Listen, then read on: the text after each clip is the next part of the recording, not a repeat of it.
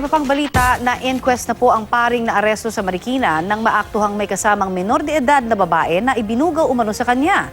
Tinanggal na rin po siya sa pagiging parish priest sa Taytay, Rizal. Balitang hatid ni Ivan Mayrina.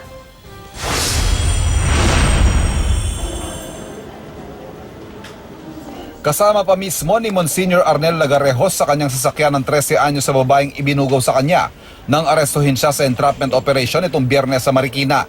Na-inquest na si Monsignor Lagarrejos para sa kasong paglabag sa Anti-Trafficking in Persons Act pero hindi siya pina-interview ng pulisya.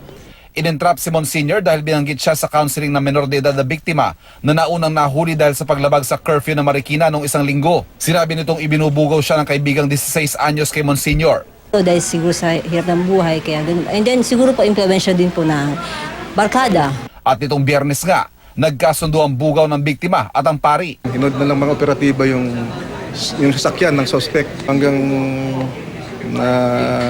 naimbitahan po natin, nadala po natin sa presinto.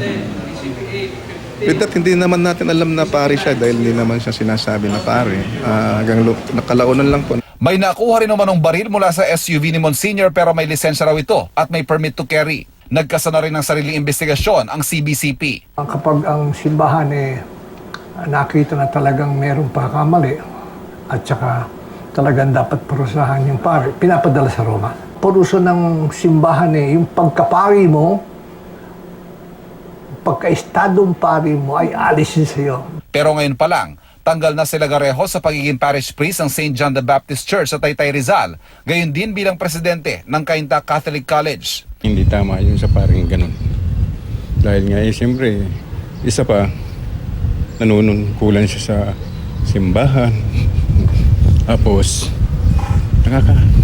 talagang nakakahiya. Tao lang naman si Father, no? Lahat tayo pare, kahit anong sekta tayo nandoroon. Whether you're in Islam, a born again, pastor, or whatever sect, we should not judge a person. Nasa pangangalaga naman ng DSWD ang biktima at ang menor de edad na bugaw. Ivan Mayrina, GMA News.